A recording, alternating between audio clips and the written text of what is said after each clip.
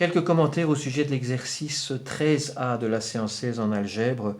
Alors, c'est une équation qui se présente sous la forme d'un polynôme de degré 4 en x. X est un réel, x est l'inconnu, dans laquelle figure un paramètre. Alors, je constate que les coefficients du premier terme et du dernier sont égaux. Le deuxième et l'avant-dernier aussi, le central aussi. C'est donc une équation qu'on appelle une équation réciproque.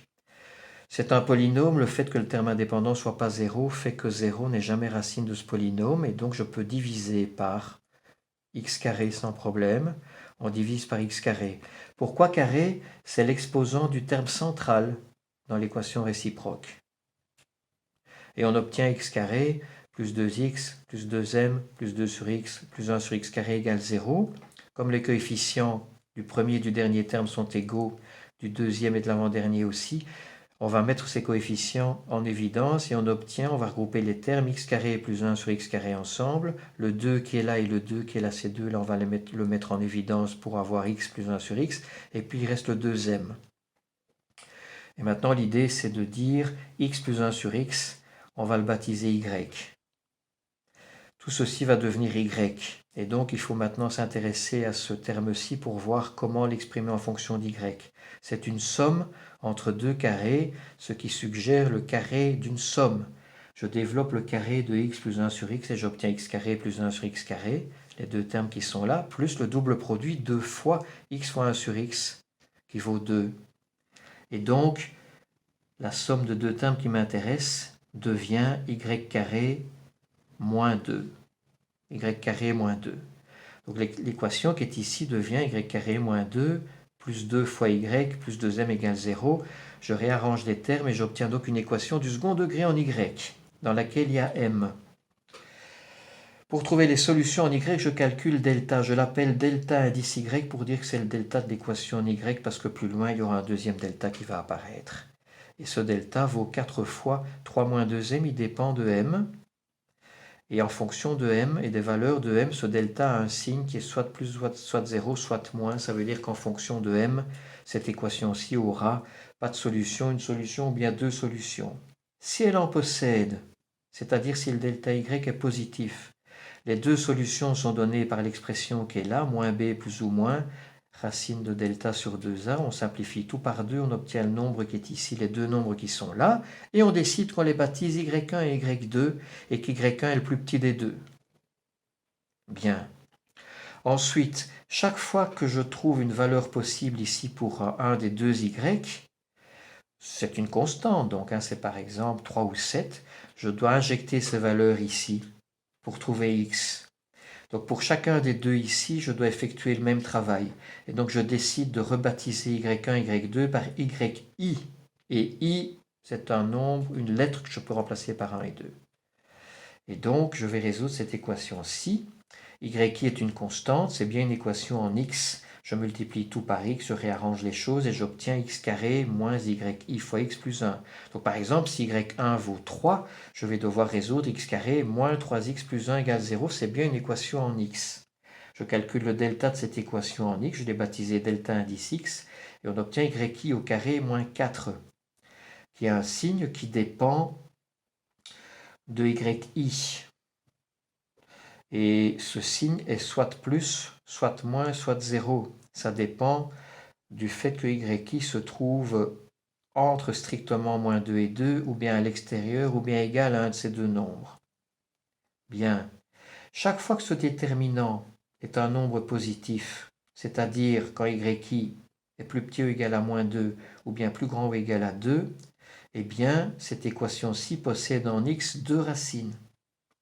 Et ces deux racines, pour alléger les écritures, je peux être un peu astucieux et me dire, le produit des deux racines en x, c'est c sur a. C sur a ici, ça vaut 1.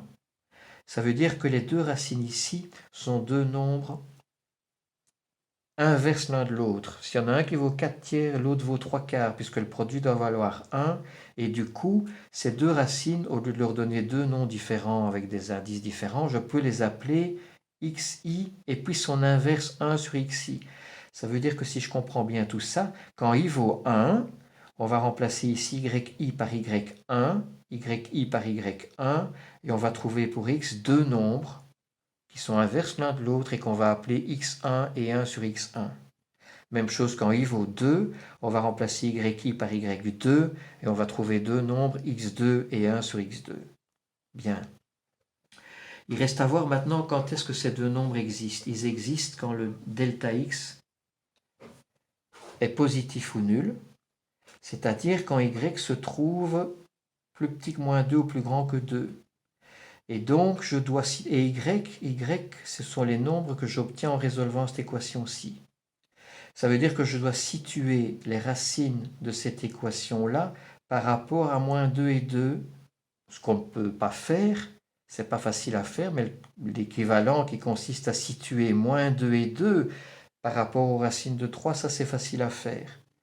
C'est facile à faire à condition de se souvenir de comment on fait. Je pourrais très bien me dire les racines en y qui sont ici, je regarde si elles sont plus petites que moins 2 et alors je dois résoudre des inéquations dans laquelle il y a des racines carrées avec le m sous la racine et c'est fastidieux sans doute, tandis que sinon il suffit de procéder comme on l'a déjà vu. Je m'intéresse au fait de savoir si moins 2 a une image par f, f c'est cette expression-ci, qui a le même signe que petit a, oui ou non. Donc je m'intéresse au produit des deux pour voir leur signe. Ça permettra, si le signe est positif, d'en déduire que moins 2 est à l'extérieur des deux racines, sinon c'est qu'il est à l'intérieur. Et ensuite, je vais comparer moins 2 à moins b sur 2a, qui est le nombre qui est situé pile entre les deux racines, pour voir si moins 2 est à gauche de ce nombre ou bien s'il est à droite. Et donc, je m'intéresse à l'expression a fois f de moins 2, qui est ici, qui est 2 fois m moins 2, et qui a un signe qui dépend du fait que m vaut 1, ou bien plus petit ou plus grand, donc le tableau de signes est ici. Moins 2 moins b sur 2a, ça vaut toujours moins 1, c'est donc toujours négatif. Je fais la même chose pour situer 2 par rapport aux racines. Je calcule a fois f de 2, j'obtiens 2m plus 6. Et son tableau de signes qui est ici, qui dépend de la valeur pour m qui est moins 3.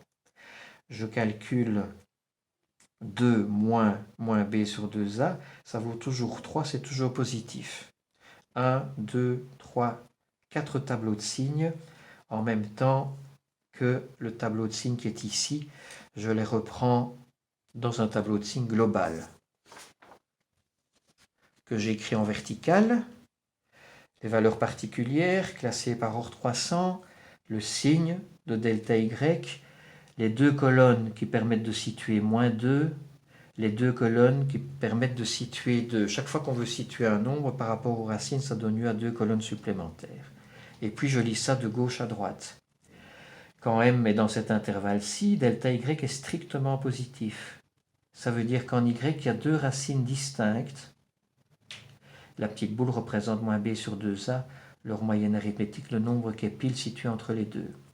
Ensuite, pour situer moins 2 se trouve entre les deux racines, et en étant entre les deux racines, il est à gauche de moins b sur 2a, qui n'est peut-être pas très utile comme information. Moins 2 est donc ici, entre les deux racines, et à gauche de moins b sur 2a. 2 maintenant. 2, il est aussi entre les deux racines, et il est à droite de moins b sur 2a. 2 est entre les deux racines et à droite de moins b sur 2a, ce qui confirme que 2 est bien plus grand que moins 2 au passage. Les y, entre y1 et y2 que je dois sélectionner, c'est celui ou ceux qui sont plus petits ou égal à moins 2 ou bien plus grand ou égal à 2. Et là, je vois donc à l'extérieur de l'intervalle moins 2, 2, autrement dit, tous les deux se conviennent. Et donc, pour chacun des deux qui convient, eh bien, ça donnera lieu à deux valeurs pour x qui sont l'une et son inverse et puis une autre avec son inverse. Voilà l'ensemble des solutions de l'équation du début dans ce cas-ci. On continue quand m vaut moins 3, toujours deux racines distinctes pour y. J'ai déjà traité moins moins ici, donc la conclusion concernant moins 2, je la connais déjà, donc je peux le recopier. Concernant 2, a fois f de 2 vaut 0. Comme a ne vaut pas 0, c'est que f de 2 vaut 0. 2 est une des deux racines, et c'est celle qui, par rapport à moins b sur 2a, est à droite. Donc 2, c'est y2. Alors, comme m vaut moins 3, c'est une valeur particulière, je peux tout calculer et calculer que y1 c'est moins 4, y2 c'est 2, moins b sur 2a c'est moins 1. Tout ça c'est fait ici, si jamais vous voulez le détail. Et en même temps, je peux calculer avec précision.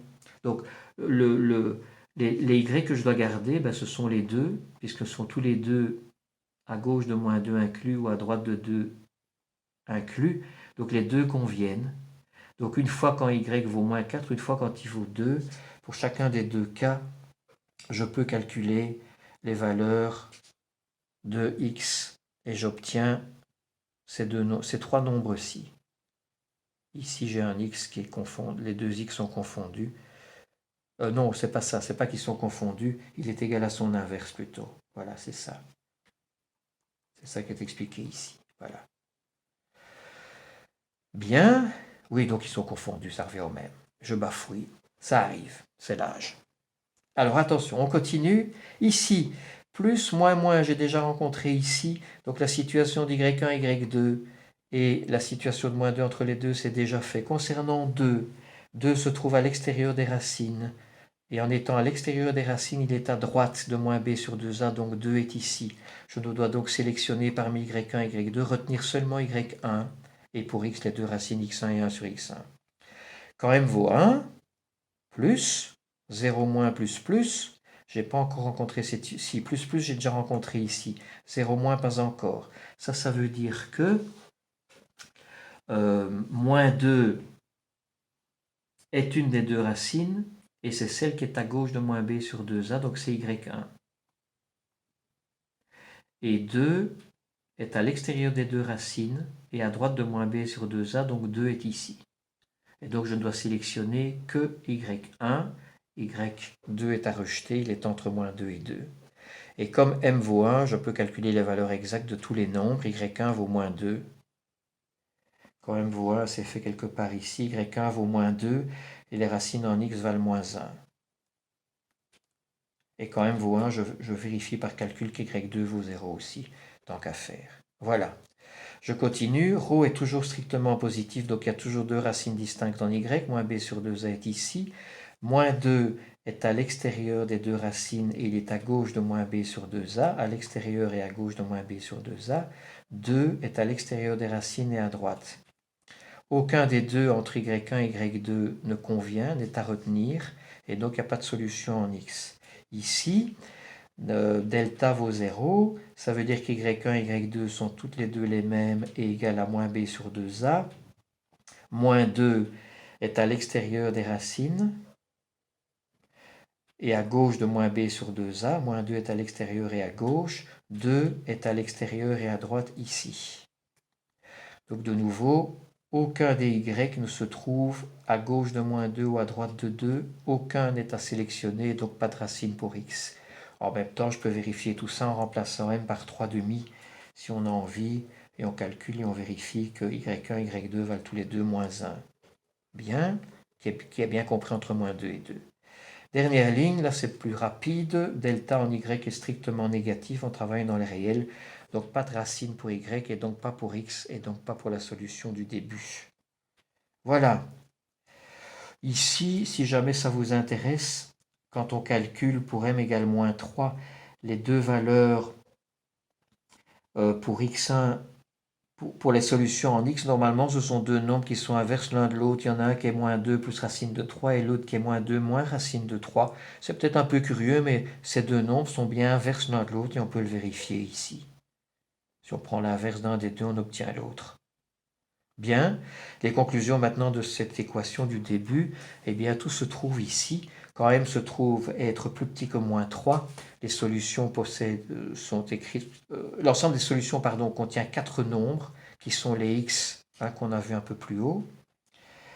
Quand m vaut moins 3, les solutions sont ici. Quand m est compris entre moins 3 et 1, il y en a deux qui sont ces deux-là. Quand m vaut 1, moins 1, et à partir d'ici, il n'y a pas de solution, donc ces trois lignes-là, on les fusionne en une seule en disant quand m est strictement plus grand que 1, l'ensemble des solutions est vide. Voilà.